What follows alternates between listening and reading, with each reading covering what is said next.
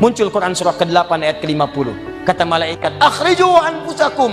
Kamu ini susah banget pulangnya, maka dipukulin oleh malaikat. Pukul, pukul, pukul, pukul. Teman-teman, karena alam kubur itu bekalnya bukan bekal dunia, maka Anda tidak akan pernah bisa membawa cahaya dunia ke alam kubur.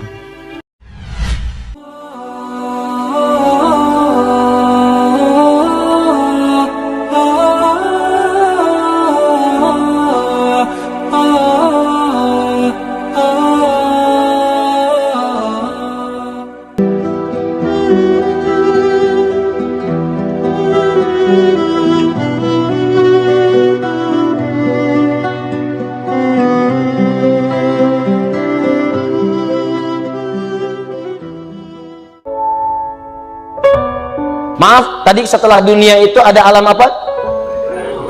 Kubur.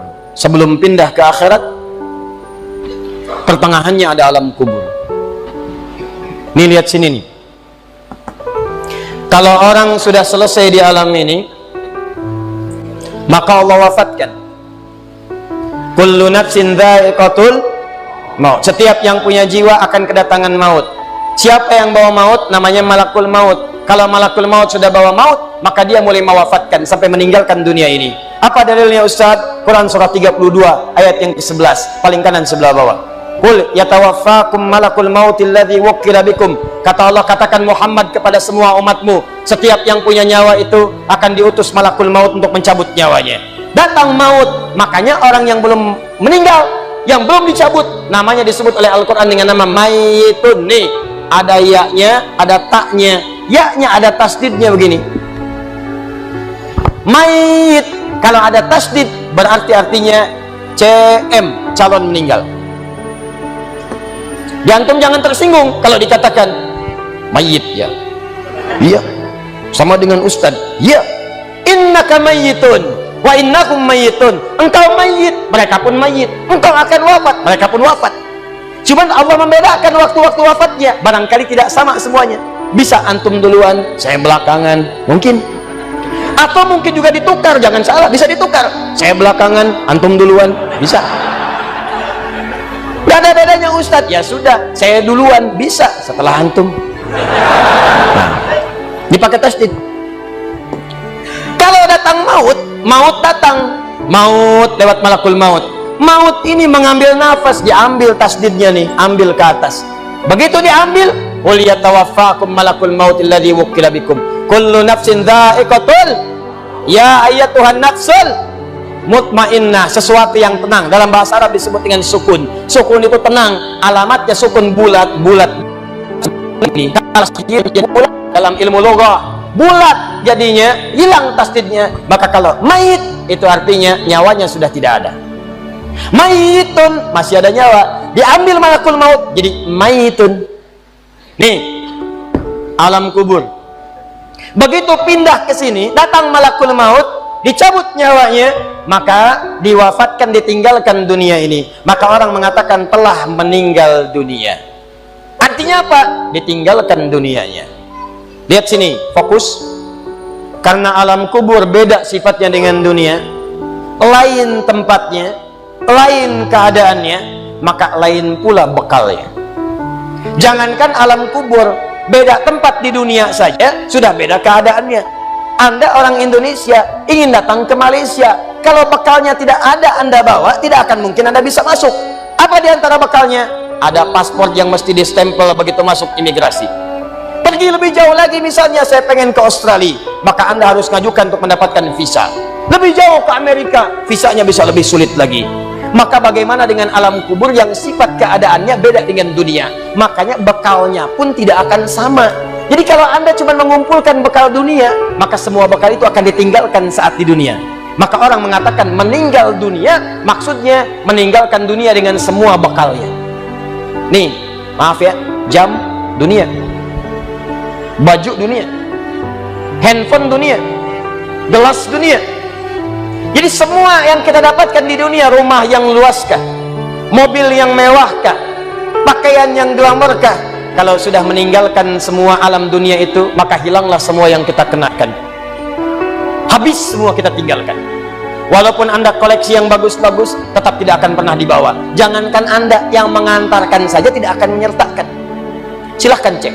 Anda punya koleksi mobil paling bagus, apakah saat wafat dikuburkan dengan mobilnya? Tidak. Anda punya handphone paling mewah, kenangan tingkat tinggi, di handphone itu suka dipakai bikin status tentang hadis, tentang ayat, tentang tafsir. Tiba-tiba ketika akan wafat, Anda wasiat kepada istri Anda tercinta, Mama, ini handphone kesayangan Papa, handphone bekal ibadah, tolong kalau meninggal kuburkan dengan handphonenya. Kalau Mama kangen, di sekolah aja. Mustahil. Tuh air, mereknya Bengkulu Fillah, nikmat di dunia, tapi apakah ketika masuk ke alam kubur dibawa? Tidak. Selesai. Maka bagian pertama, Anda mesti sadar, ini yang mau saya sampaikan, dan dari sini saya akan lebih fokus kepada apa yang ingin saya sampaikan.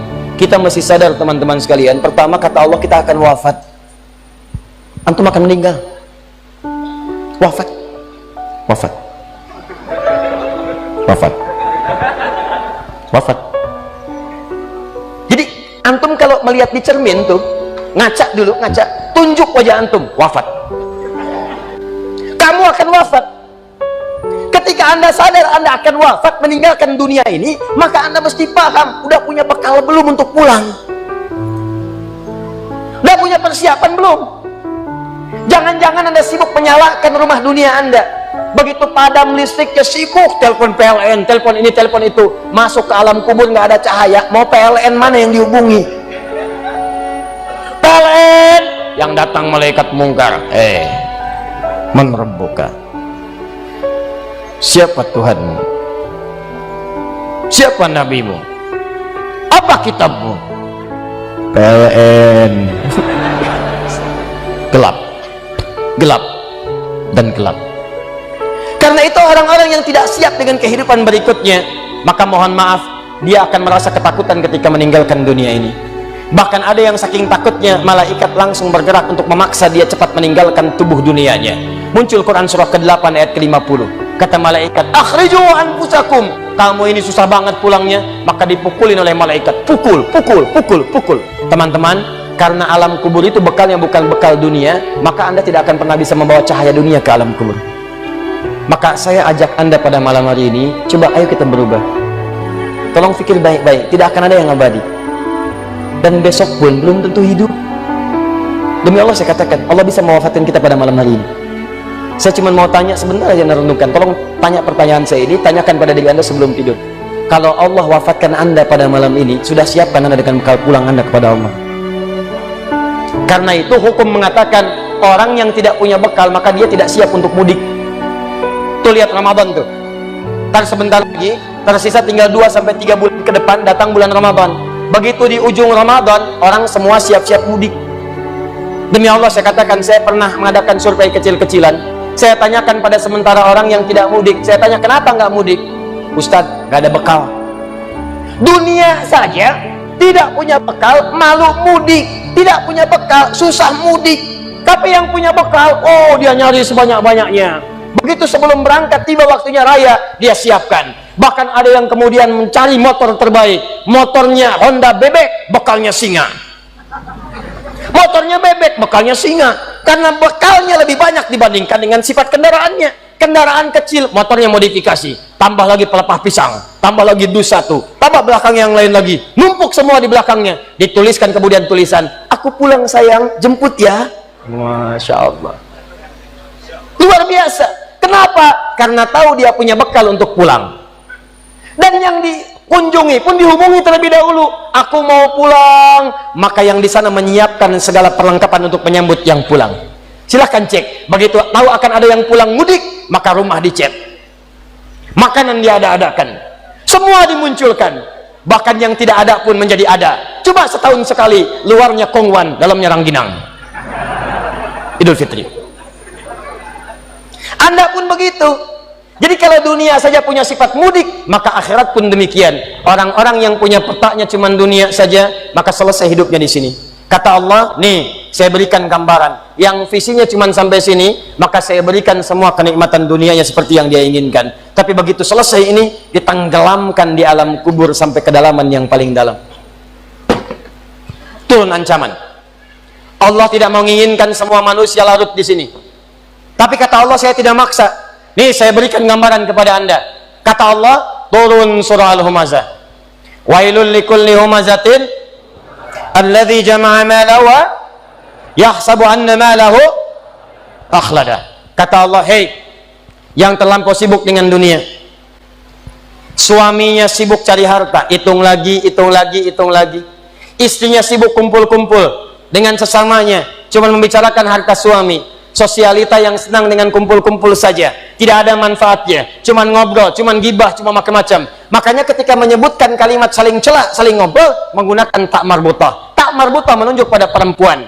Wailul likulli humazatil lumazah, pakai tak, sedangkan tak sifat menunjuk pada perempuan.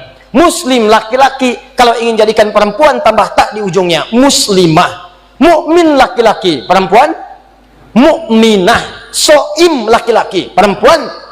Wah, itu dia. Sesuatu yang kokoh, kuat, berwibawa, mantap, punya tenaga. Makanya tanda-tanda laki-laki pun beda. Punya kumis, laki-laki berkumis, perempuan tidak. Punya wibawa, punya kata-kata yang kuat. Makanya kalau ada laki-laki suaranya sedikit gemulai saja, itu akan kehilangan sifat wibawanya.